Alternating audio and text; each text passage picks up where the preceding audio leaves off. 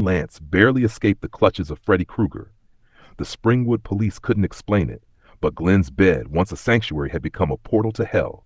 He should have died. In fact, every logical thing in the world said he did die.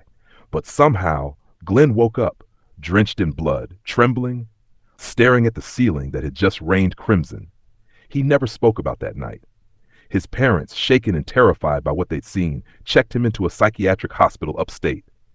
The doctors wrote it off as trauma-induced hallucinations, psychogenic fugue, PTSD. They pumped Glenn with meds, called it progress. But deep down, he wasn't healing. He was changing. In the silence of white walls and sleepless nights, Glenn became obsessed with Freddy Krueger, not out of fear anymore, but out of curiosity. Freddy had power.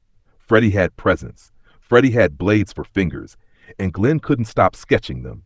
He drew them obsessively, not out of admiration, but because in a twisted way, Freddy had survived everything.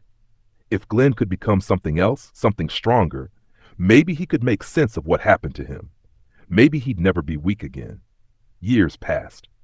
Glenn was released under a new identity, Edward. No last name, just Edward. He didn't want to be Glenn Lance anymore. That boy had died on Elm Street.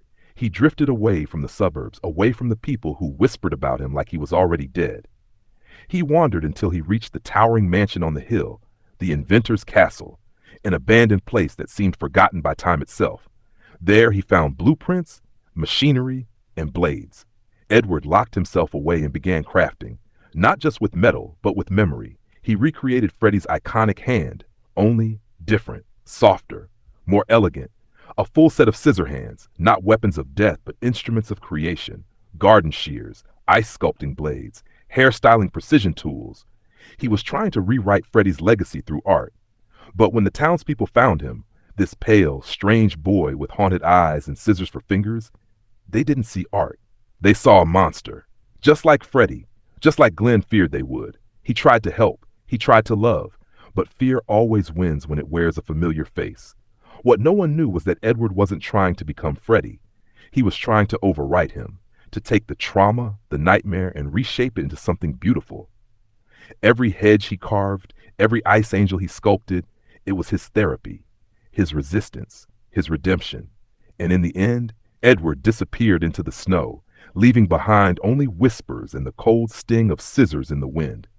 But late at night, if you listen closely in the suburbs below that mansion, you can still hear the faint snip of blades and the echo of a boy who once lived on Elm Street, still trying to make peace with the dream that tried to kill him.